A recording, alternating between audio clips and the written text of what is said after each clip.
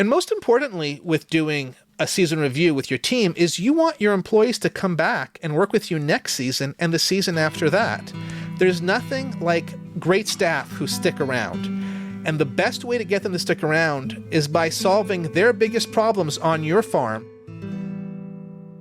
Welcome to the Seed Farmer Podcast, the podcast where I want you to harvest seeds from some of the vegetables and flowers growing in your farm or garden, and then to plant that seed out to grow delicious vegetables and beautiful flowers. If you enjoy the Seed Farmer Podcast and find it is a good resource that helps you improve your seed work and farming, please support the show at spreadsheet.farm/support podcast.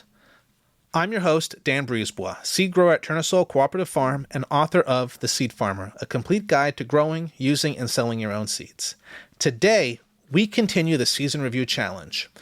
We're going to get into how to review your season with your team. But first, some farm news and then some seed news. What is going on at Tournesol Farm? Well, let me tell you about one of the last seed harvests that we did. We harvested some peppers that grew in the greenhouse. So these are peppers that resisted the frost outside and peppers that I've been kind of ignoring for a few months, I guess. This is a pepper that my co-farmer Abib brought to me last year. It's a pepper that he got from Guadeloupe that is called, so in French it's called a piment végétarien, I guess, which translates to a vegetarian pepper. I don't totally know what the English name is. I'm going to have to find out if we're ever going to sell it. But it's kind of like, maybe sweet pepper is something that I saw somewhere, but I'm going to call it the piment végétarien. So he gave me a couple of these piment végétarien that he's been growing in his own garden for a while from seed that was originally from Guadeloupe. And this is a Capsicum chinense pepper. So it's the same species as habaneros and a lot of other spicy peppers, but it is barely hot. There's a little touch. You can really taste all that habanero flavor, but there's not that kick that comes with it, just like the slightest heat with it. So we were excited to grow this pepper out. So this year we grew 12 plants just to kind of trial it. And this week the plants were heavy with fruit, and I was looking at them and realized there's quite a bit of shape diversity on the different fruits. You know, some were quite skinny, some looked more like different types of Capsicum chinense that I've seen before. I was surprised by the diversity, and Abib came over and we walked through the plants and we looked at them, and there was one that I pointed out that kind of reminded me of a Trinidad scorpion pepper. And he said, yeah, it does not usually look like that. And so we tried a couple of the different ones, and you know, they were not too hot. But then we tried the one that looked like a Trinidad scorpion, and it was actually quite hot. Now, it didn't taste like as hot as a Trinidad scorpion, but it was much hotter than the others. And I asked Abib if he was growing other hot peppers at the same time that he grew this out. And he told me that he also generally grows some Carolina Reapers, which are, I don't think they're currently the world's spiciest pepper, but they were at one point. In the last 10 years, I believe they were in the top hots. So he grows some every year. And I guess he was not always paying attention to isolation distance, and there may have been a little bit of crossing. Now, this one that we tasted in no way was as spicy as a Reaper, but it was definitely at least as spicy as a Cayenne, and maybe more. It was not quite habanero heat, but it was definitely hot. And so at this point, you know, I know that 2 of the 12 are mild and 1 of the 12 is hot. At this point, I can't just harvest these seeds and bulk them and sell them. That we can't do that because the genetics might grow out some spicy things next year. So at this point, what we're going to do, or what we actually did, is I took 12 bags, labeled them 1 to 12, and I took from all the fruit from one plant and put it in number 1, and all the fruit from a second plant and put it in number 2, and all the fruit from the third plant and put it in number 3, and so forth to get through all 12 plants. And what we're going to do in a couple days is I'm going to sit down with Abib and we're going to taste some of these fruit from each bag, one after the other, to see which ones are mild and which ones are spicy. And then we'll also look at There's a certain look that he likes for this pepper that he thinks is what the piment végétalien should look like. And so we're going to select more of the bags that are, I guess, first off mild, but then also have this look. And then we'll also evaluate the number of fruit that we got off the plant, because there was definitely one plant I needed to fill up 2 bags, and another plant, there was maybe a quarter bag in it. So I really hope the one that's filled up 2 bags is one of the ones that we like. But we'll make that selection, and then we're going to grow out some plants next year. And in this case, I'm hoping that we can select 3 to 5 of these peppers that we particularly like, that have, the right look, the right flavor, the right yield. And next year, I'm going to grow out a dozen plants from each of those selections to see what it looks like next year. And we'll see at that point whether we still have hot peppers in the mix or not. And we'll see what kind of variability there is. And we'll have a better idea what to do with this seed in terms of sale. At the least, we're going to really enjoy eating these peppers, and we'll be able to share them with our CSA one way or the other. So that's kind of what we're going to do with that next year. And I just wanted to share that with you, to kind of talk about the unexpected things that happen when you try out seeds, and how, it's an ongoing relationship. And I would say that for Abib, in his garden, growing a batch of diverse piment végétalien, if he gets one that's spicy, he knows that's the spicy plant. And he's not accidentally going to strip a bunch of those off of the plant and then cook something up and then, accidentally hurt somebody. He'll go to some of the other ones that are milder if he's making something with a volume of these seeds. But when you're selling seeds, you have to be more aware of what the population is like than you can do in your own backyard. And that's something that I always try to transmit in this podcast, is that for your own use and for growing your own vegetables, in your home garden or on a market farm, you have more latitude when it comes to diversity than if you're selling seed under a named variety, where you have to have a little bit more, I hesitate to say uniformity, but just more predictability in what's going to come out of that. That's what's going on at Tournesol Farm. That's this week's exciting story. Now for a little bit of seedy news, a little bit more about the Seed Farmer Mentorship. Here's some more details. The first time I gave this mentorship, all the courses or all the parts of it were live. And this time around, I'm going to be pre-recording videos about all the core topics that we're covering in the mentorship. This should make them more focused than when they are given in a live setting. But then we'll also have live sessions, maybe once, maybe twice a month. I'm still trying to figure that part out.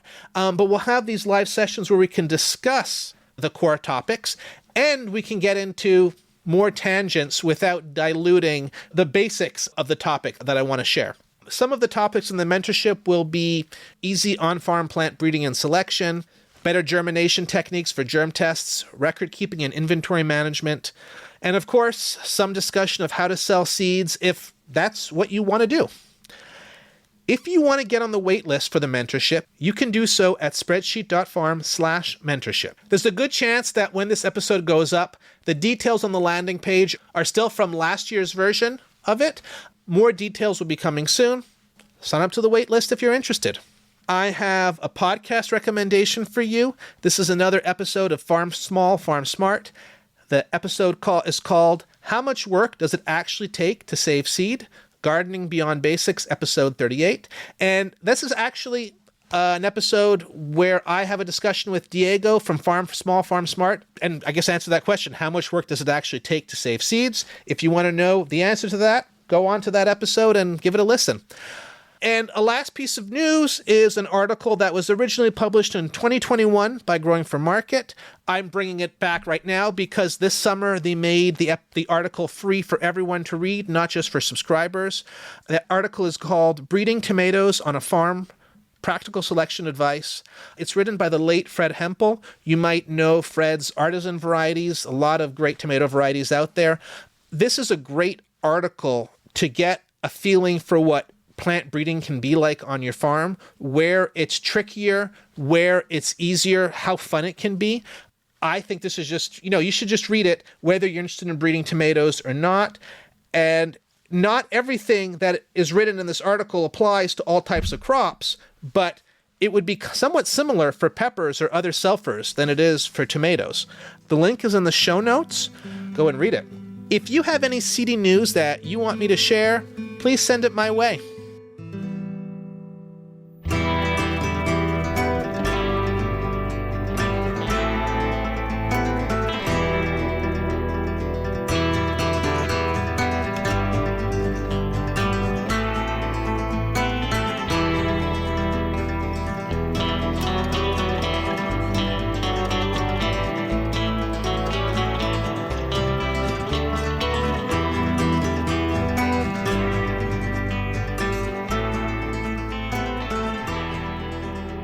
Now, let's get into today's minisode topic. This is week 2 of the Season Review Challenge, where I want to make sure you take the time to learn from this season so you can plan an even better next season.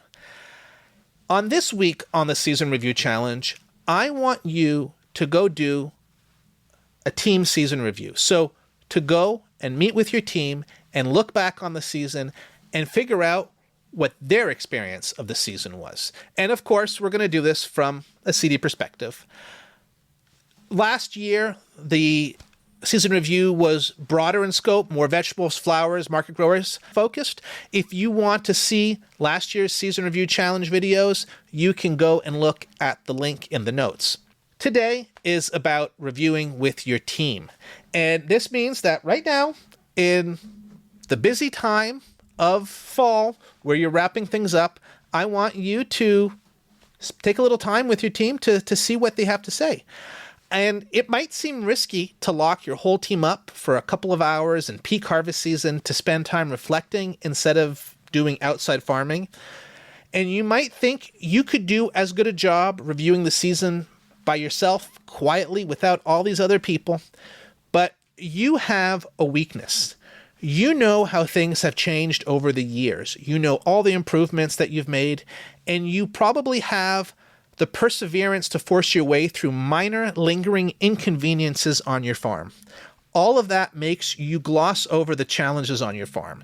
The folks who work on your farm and see things as they are right now and get to suffer through the limitations of your tool and your systems are the people that you want to talk to, the people that see all the gray spaces between all your systems. And most importantly, with doing a season review with your team, is you want your employees to come back and work with you next season and the season after that. There's nothing like great staff who stick around. And the best way to get them to stick around is by solving their biggest problems on your farm and by increasing what is already working and by also giving them a venue to feel like they are being heard and have an impact on how the season is going. All right. How do you run a team season review? The first thing to do is write some questions in advance. If you want more general farm management questions and market grower questions, go look at that link below to see last year's season review challenge videos, and they're full of those kind of questions. Right now, let's just talk through some seed-specific questions that you might want to ask your crew. Things that you can ask them can have to do with last year's seed crop. What crops did we harvest too early? What crops did we harvest too late? Those are kind of questions that you could ask. You could also ask a question like, what seed crop gives you the most hassle to harvest or to clean? So these are ways that you could get some of that information.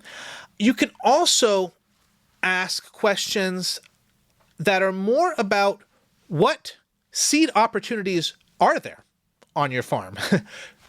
Simply, you could ask, what seed opportunities are there on your farm? What crops could we be growing seed from that we are not currently growing?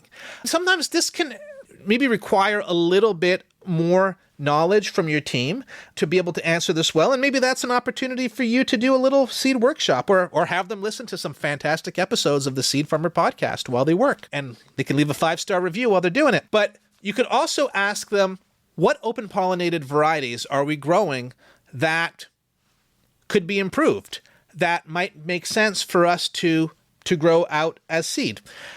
Some kind of question like that. Step 2 of running a team season review is you want to turn your questions into a survey. Now, this could be done on paper, maybe, or you could do something, in a text editor and then print it out and then share with people. But you can also set up an online survey through any of the different apps that let you have a form and give people fields where they can enter their information. Then, step 3 is get your team to answer the questions. So share them the link of the form or the survey and have them enter it. And one thing that's nice about doing it online is that the answers will be then exportable into one collective document with rows for each person and columns for each question. And it makes it easy to compare it all together. And one way to make sure this gets filled out is to give people 10, 15, 20 minutes during the workday to fill out the survey. It really, some people will fill this out no matter what because they love giving their opinions and they love filling out surveys, but a lot of folks are busy. So creating a little bit of time, even if it's during the workday, is an important thing to do, and it's worth the investment in letting your people do this on work time. Step 4 is go over your team's answers and make a short list of things that come up and the most important topics. And then step 5 would be meet with your team to discuss those topics. One thing that I didn't mention before, when I share the survey with folks to fill out, I always tell them this is not anonymous. This is not the place to write a rant about what you hate or don't hate if you don't want your face to be associated with it, your name to be associated with it.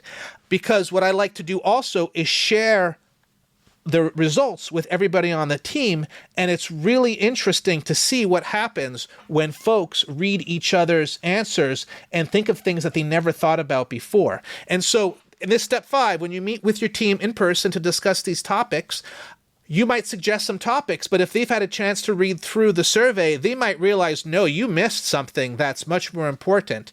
And it gives them a chance to already have started to think through these things. And so you can discuss the topics, talk about, better understand what the problem was, get different solutions. So this is the basic season review process that I recommend you do with your team. Now, we've been running team season reviews on our farm for, I don't even know how long now, I don't think it's 15 years, but like 10, 13 years. And some years, big things don't come out of it, but other years, big trends do come out. And I'm not going to get into the non-seed improvements that we've done on the farm as a consequence of this, but there have been many of them.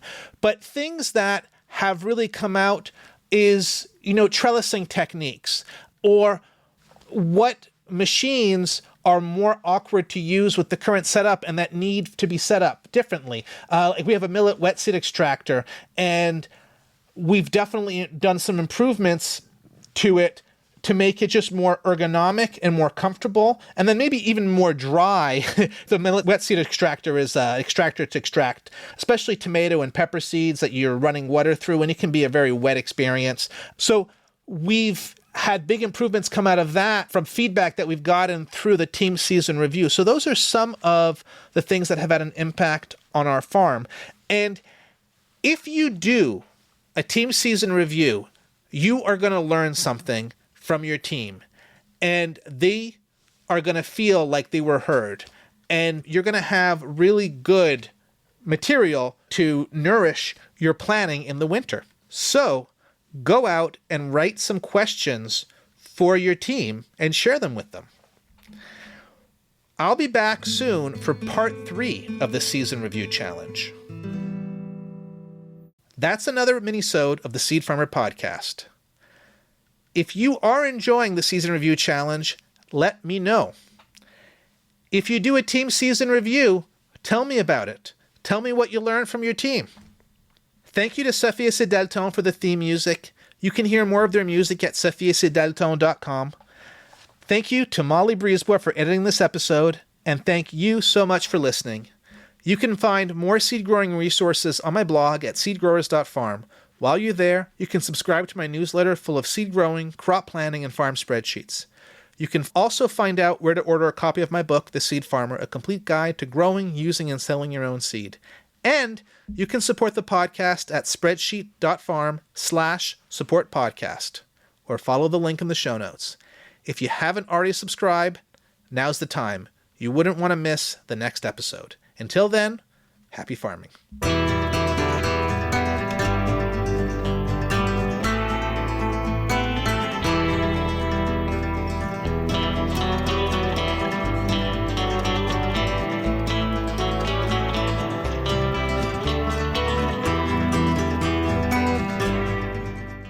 Let's just talk through some seed-specific questions that you might want to ask that you might want to ask your crew.